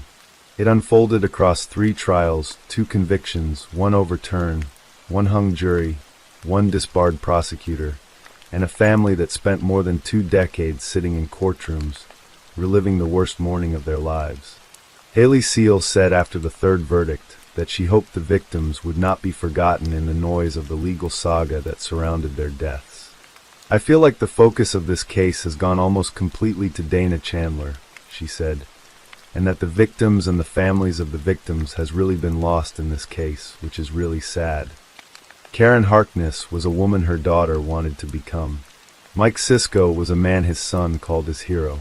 They had spent their last evening at a casino, laughing, leaning into each other, making plans that included an engagement and a family gathering, and all the ordinary things that people plan when they expect to grow older. Their murders were never about them. They were about the person who could not let go of a life that had already ended. and the murder weapon has never been found. Somewhere out there, on a road between Denver and Topeka, or in a landfill, or in a river, the 9mm gun that ended 2 lives on a July morning in Kansas remains where Dana Chandler left it. The family searched for it. Investigators looked for it. It is the one piece of the puzzle that has never surfaced, the one element of the story that remains, even now, unanswered, a small, silent absence in a case already full of them. Story 6. There is a particular kind of loneliness that settles over a small prairie town in Colorado in the hours before sunrise. Lochbuie is the kind of place where the streets are quiet by 9 at night, where neighbors know each other's vehicles by sound, and where the endless stretch of the high plains sky can make a person feel both free and utterly exposed. It was here, in a modest house on Poplar Street, that a 56-year-old woman named Terry Acriman spent the last hours of her known life. And it was here, 7 years later, that the truth about what happened to her was finally, heartbreakingly unearthed. Not by the authorities who had searched for her, but by a man clearing boxes from a cluttered garage. Terry was not a complicated woman in the way that people sometimes use the word as a euphemism for difficult. She was warm and gentle, the kind of woman who found genuine pleasure in small things. A good book, a favorite television program, a song she loved playing in the background while she puttered around the house. She had served in the military, a chapter of her life that had carried her to Maryland, where she met a man named Delbert Ackerman. They married on March 21st, 2011, and for a time, there may have been hope in that union. But marriages, like houses, sometimes reveal their cracks slowly. By the time Terry understood the nature of the walls that surrounded her, they had already begun to close in. Delbert, who went by the nickname Dale, was a man with a forceful presence. After the couple moved from Maryland to Lochbuie, Colorado, Terry's family began to notice changes in her. She grew quieter, more careful with her words, more hesitant. Her daughter, Amber Carolus, would later describe what her mother had confided to her in painful detail. Delbert would tell Terry she was useless, that she was nothing without him, that she would never survive financially on her own. He would go silent for long stretches, using his coldness as a weapon until Terry, desperate to restore peace to the home, would find herself apologizing for things that were never her fault in the first place. When Delbert drank, the cruelty became more pointed. Terry told Amber she felt afraid in her own home, not in an abstract way, but in the deeply personal, bone-level way that only comes from living with someone whose moods you must constantly monitor. Delbert had a son named Christopher, and Terry had told family members that she felt unsafe around him as well. The house on Poplar Street, by any honest accounting, did not feel like a sanctuary. Then came a moment that changed everything. A few months before August 2018, Terry had been found unconscious in her home and was taken to the hospital by ambulance. The cause was never clearly established. When she recovered and returned home, she and Delbert argued. In the heat of that argument, Delbert looked at his wife and said, "I wish you would have just died." It was the kind of sentence that cannot be unsaid, the kind that reverberates long after the voice has gone quiet. Amber knew, after hearing those words, that her mother had to leave. She began helping Terry plan her exit in secret, understanding intuitively that informing Delbert of the plan before it was fully realized would only make things more dangerous. Terry opened a new bank account. She researched state assistance programs. She confided in Geraldine Contreras, the mother of Jesse, who was engaged to Amber, and Geraldine had offered Terry a place to stay. Escape was not just a hope anymore. It was a plan in motion. The door was nearly open. August 23rd, 2018 was a Tuesday. By most accounts, it was an ordinary afternoon. Terry spent part of her day at Amber's home, visiting with her daughter and her grandchildren, whom she adored. Her granddaughter Amariana later remembered that Terry was in a fairly good mood that afternoon. She smiled, said her goodbyes, and climbed into her car for the 20 to 30-minute drive back to Lochbuie. At 4:30 in the afternoon, she called Amber to let her know she had arrived home safely. It was the kind of routine check-in that a mother makes a small act of reassurance exchanged between two people who loved each other. Amber was a 911 dispatcher, and she was due to start a shift at 3 o'clock in the morning. This meant that Terry, who typically watched Amber's children at least 3 days a week, would have needed to arrive at Amber's home by 2:30 in the morning to be there when her daughter left for work. It was a tiring arrangement, but Terry did it gladly. The grandchildren were her world. A couple of hours after that 4:30 call, the phone rang again. It was Terry, but the warmth of the afternoon had shifted into something unrecognizable. She was crying. Her voice was tight with distress.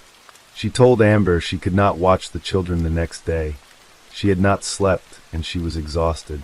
She asked through tears whether Amber was angry with her. Amber, steady and gentle the way that daughters of difficult households often learn to be, told her mother not to worry. "Go shower and go to bed," she said. "I'll figure it out." That was the last time Amber ever heard her mother's voice. She did not know it then. She assumed her mother would do exactly as she had said: shower, go to bed, rest. Jessie took the following day off work to watch the children in Terry's place. Amber went to her shift at the dispatch center, trusting in the ordinary rhythms of the day to hold everything together. But something had already gone terribly wrong. At 6 in the morning, Jessie and the children were awakened by a knock at the door. When Jessie opened it, he found Terry Acriman standing there on the step. Delbert said he had come to watch the children because Terry was unable to. Jessie was confused. This was not how things were done in the family. Changes to arrangements were communicated in advance. No one had called. No one had sent a message. Delbert's sudden presence, before the sun had fully risen, in a neighborhood that was a 30-minute drive from his own home, was strange. What Jessie did not know, and what Amber's granddaughter Amariana would later report, was that Delbert had actually pulled up to the house approximately an hour before knocking. He had sat in his vehicle in the dark, doing something unknown, waiting. Jessie told Delbert he had already taken the day off, and that his help was not needed. Delbert was reluctant to leave. He lingered, stayed until 11 in the morning, made a stop at a marijuana dispensary, returned, helped Jessie fix a section of fence, and then finally drove back to the house on Poplar Street. There was something unsettled in his behavior, a restlessness that the people around him registered, but did not yet understand how to name. That evening, at 8 o'clock, Amber's phone rang. It was Delbert. He told her Terry was missing. He explained that when he had left the house at around 5 in the morning, to drive to Amber's to babysit, he said, Terry had been asleep in bed. When he returned, she was gone. Her phone was on the counter. Her wallet, her keys, her car still there. Her cigarettes, which she would not have willingly left behind, still there. Even her identification. Everything that a person needed to exist in the world, still sitting in that house. Only her medication was missing. Delbert told Amber he had driven around Lochbuie looking for Terry before going to the police station to file a missing person report. Amber found this strange. Terry had no close friends in the area, no family nearby except Amber herself. If Terry had left the house, there was exactly one place she would have gone. Why had Delbert not simply called Amber to ask if her mother was there? Amber drove to the house on Poplar Street. The first thing she noticed was that Delbert's white pickup truck, which was almost always parked in the driveway, was gone. The second thing she noticed was that every single trash can and recycling bin on the property had been emptied. It was not garbage collection day. The investigation that followed was hampered, almost from the beginning, by a combination of limited resources, the challenge of a truly traceless disappearance, and a factor that Terry's family would come to resent deeply: her diagnosis of bipolar disorder. There was a prevailing assumption, the family later said, that Terry had simply gone manic, that she had disappeared by choice, that she was a woman in an unstable mental state who had walked out of her own life. It is a familiar dismissal, one that follows certain kinds of women in certain kinds of circumstances, and it allowed the urgency of the situation to bleed away before the investigation had truly taken hold. Authorities searched the house and the surrounding area. Search and rescue teams were brought in. Cadaver dogs were deployed around the property, Not once, but 3 separate times. They found nothing. Drone operations were conducted. Interviews were carried out. No evidence of foul play was formally identified, and the case was left to grow cold. In the weeks and months that followed, Amber searched relentlessly. She drove across Colorado looking for any trace of her mother. She spoke to the media. She was happy, Amber said. Her family was everything. That makes me believe she just wouldn't do this to us. She reached out to Delbert for help in the searches. Every time he refused. At some point, Delbert agreed to take a polygraph test. Before he did, he told Amber something chilling, that he knew how to beat it. The results of the test were never made public. Delbert's son Christopher was also asked to take a polygraph. He refused entirely. In the weeks after Terry vanished, Amber drove unannounced to the house on Poplar Street. She found Delbert and Christopher sitting together, deep in conversation. When they saw her come through the door, their talking stopped immediately. Christopher stood up without a word and left the room. There was nothing illegal about the scene, nothing that could be pointed to as proof of anything. But there is a particular stillness that descends over a room when people have been speaking about something they do not wish to be heard, and Amber recognized it. Delbert's white pickup remained a point of interest. When asked about it, Delbert told police it was at the car repair business he owned, being repaired for dents. When the truck was returned a few days later, it was still covered in dents. The family does not know whether investigators ever followed up on the auto shop to confirm Delbert's story. The years passed. The case did not close, but it did not move either. Terry's photograph circulated online, shared by her family and by true crime communities who kept her name alive in threads and posts and discussions. Her daughter Amber never stopped looking, never stopped talking, never stopped demanding that the world remember a woman who had simply been erased. In February 2025, Delbert Acriman died of cancer. He was 70 years old. He died without having been formally charged with anything. He died in the same town, possibly in the same house, where his wife had last been seen alive.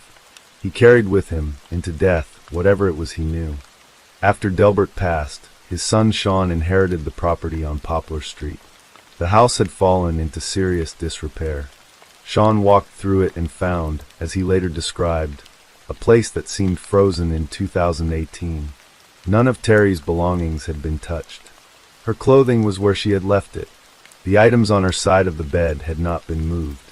Delbert had apparently slept on his half of the bed for 7 years, leaving the other half exactly as it was on the night his wife disappeared. Her photographs still hung on the walls. All of her clothing was exactly where it was, Sean said. Everything that she had on the bed was still on the bed. He still slept on half a bed that he hadn't cleaned for 7 years. Her pictures were there, everything was there. Sean determined that the property was in too poor a condition to do anything with before a major clean-out. He arranged for a contact to come to the house on September 10th, 2025, to remove scrap metal and junk. The man arrived and opened up the garage. The garage was a claustrophobic space, packed from floor to ceiling with boxes. The air inside reeked of cat urine. The man began to work his way through the mess, pulling things aside, navigating the narrow paths between stacked cardboard. 3 feet into the accumulated clutter, he found a bone. He paused. Around the property, there were Halloween decorations, plastic and foam skeletons arranged around the yard, the kind that Delbert had apparently put up at some point and never taken down. The man initially wondered whether the bone was part of one of those decorations, an artificial thing mixed in with the debris. It was not.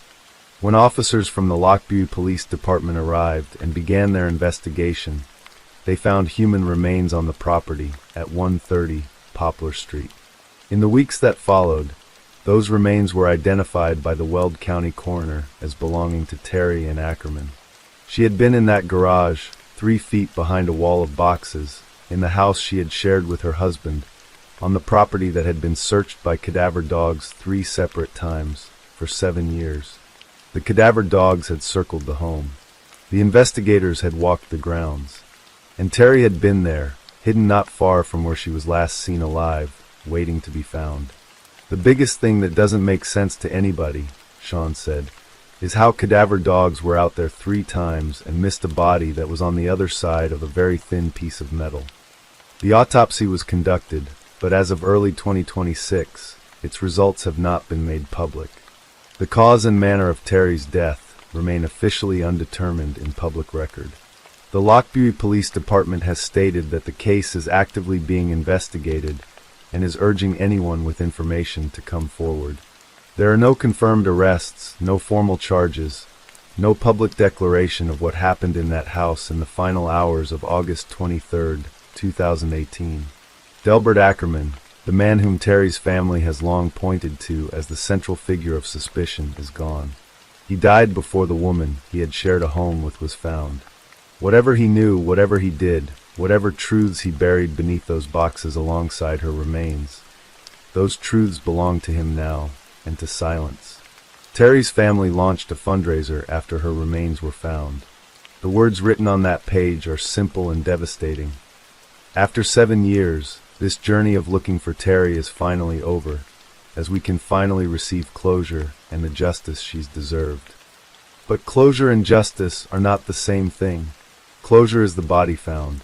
Justice is the truth acknowledged, the responsibility named, the account settled. Terry and Acriman's family has arrived at the painful middle ground between the two. The grief confirmed, the mystery not yet fully resolved.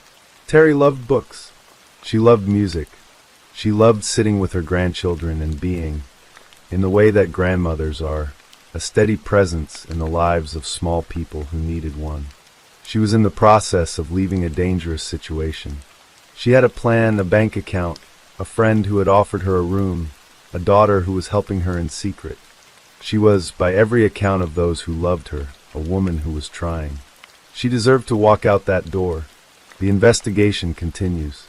The garage on Poplar Street is empty now, and somewhere in the machinery of law enforcement and forensic science, the question of what truly happened to Terry and Acriman remains open, waiting, as she waited, for someone to look closely enough to find the truth. Story 7.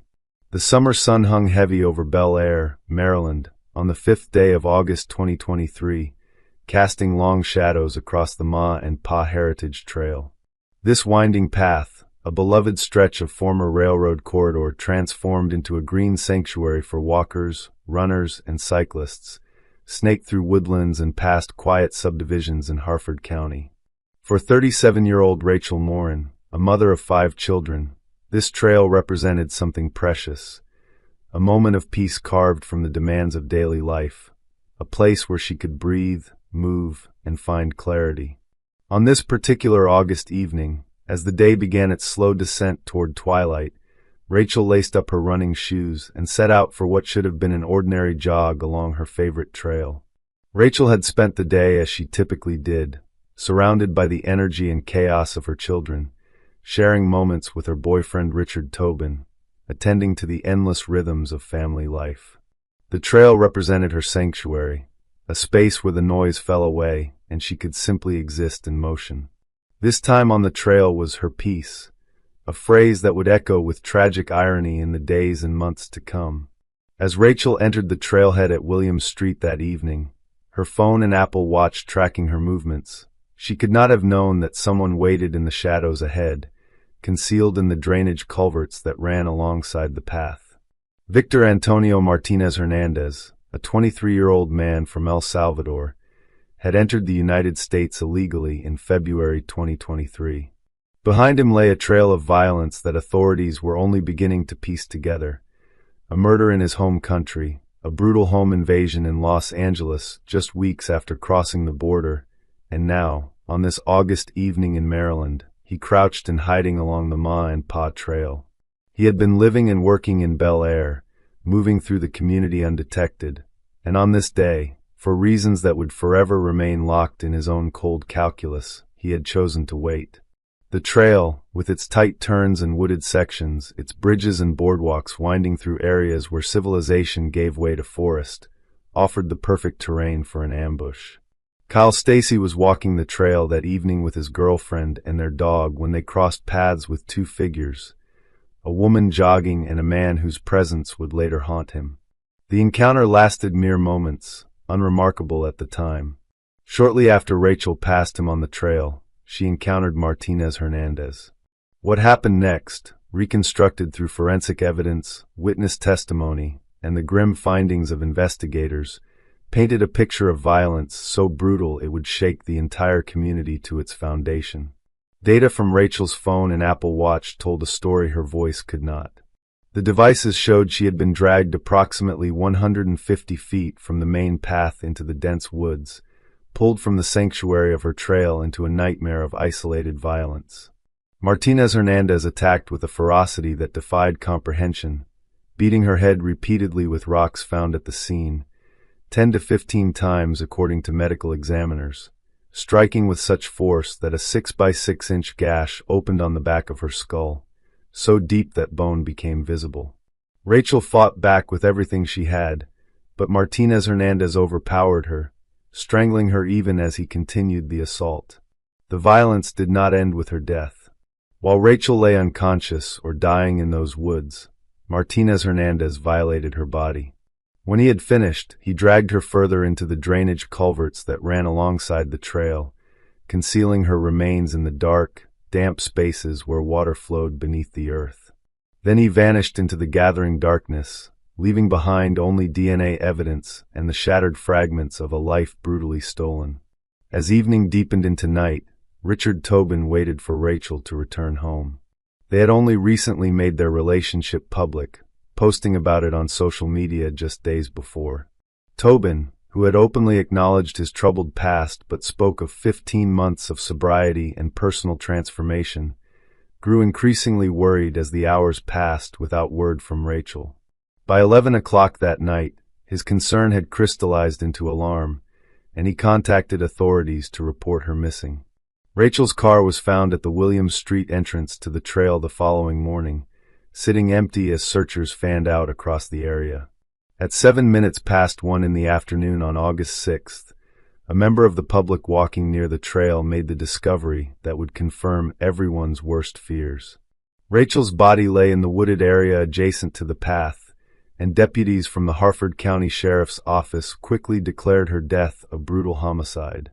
The news rippled through Bel Air and beyond, transforming the Mine Pa Trail from a place of peace into a crime scene, from a community asset into a location marked by unspeakable tragedy. For Rachel's 5 children, ranging in age and including one child on the autism spectrum, the world had fundamentally changed. In the aftermath of her murder, the children could no longer remain together under one roof. 2 stayed at the family home, 2 others moved to a different residence miles away, and the oldest went to live with their father. The child with autism struggled particularly hard with the loss, unable to process the sudden absence of their mother. Rachel's mother, Patty Morren, would later speak of the pain as something physical, describing it as if someone came and put their hands into your chest and ripped out your heart. As investigators processed the crime scene, they recovered DNA evidence from multiple locations on Rachel's body. This biological evidence became the key that would eventually unlock the identity of her killer, but the path to that identification would prove long and complex. On August 17, 2023, the Harford County Sheriff's Office reached out to Homeland Security Investigations for assistance. Authorities had determined that their suspect might be connected to another crime, and when they ran the DNA through databases, they found a match that stunned them. The DNA recovered from Rachel Morren's body matched DNA, collected at the scene of a home invasion in Los Angeles in March 2023, just weeks after Martinez Hernandez had illegally entered the United States. During that Los Angeles incident, a mother and her young daughter had been assaulted in their home by an intruder whose violence had been captured on surveillance video. Authorities now had video footage of their suspect and a DNA link connecting him to crimes across the country, but they still did not have his identity. The investigation that followed involved local and federal law enforcement agencies working in concert to identify and locate a suspect who seemed to have disappeared. Sheriff Jeffrey Gollier and his team released surveillance footage from the Los Angeles home invasion, hoping someone would recognize the man in the video. Richard Tobin shared the images on social media, calling the suspect scum of the earth and pleading for justice for Rachel. Months passed, each one adding weight to the grief carried by Rachel's family and deepening the community's sense of violation. Investigators painstakingly built their case, tracking Martinez Hernandez through forensic genealogy, witness statements, and business records. Despite Martinez Hernandez's later claims that he had never been to Maryland, multiple witnesses and employment records confirmed his presence in Bel Air at the time of Rachel's murder. In May 2024, nearly 10 months after Rachel's death, authorities finally identified their suspect. Victor Antonio Martinez Hernandez was not only wanted for Rachel's murder, he was also wanted in El Salvador for the murder of another woman, and authorities suspected him in the Los Angeles assault. On the evening of June 14, 2024, officers from the Tulsa Police Department entered a bar in Oklahoma and found Martinez Hernandez sitting casually, as if he had not left a trail of devastation across multiple states and countries. When officers approached him, he provided false information about his identity and claimed ignorance about why he might be wanted. He was initially detained on a trespassing charge, but when police checked his details more thoroughly, they discovered the Maryland warrant. Martinez Hernandez signed a waiver permitting his extradition back to Maryland, and the legal machinery that would eventually bring him to justice began to turn. The trial began in April 2025, with jury selection followed by opening statements on the 4th of the month.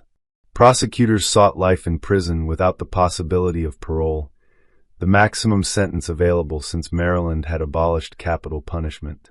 The defense denied Martinez Hernandez's involvement and attempted to shift suspicion, suggesting that Rachel had attracted male attention, and questioning Richard Tobin, implying he might have been with Rachel on the day of her death. These tactics failed to sway the jury from the mountain of evidence prosecutors presented. The trial laid bare the full horror of what Rachel had endured in her final moments. Dr. Ollie took the stand and detailed the catastrophic injuries inflicted upon her, the fractures, the massive head wound, the evidence of strangulation. Prosecutors presented the DNA evidence that conclusively linked Martinez Hernandez to the crime, evidence so strong that his presence at the scene could not be disputed.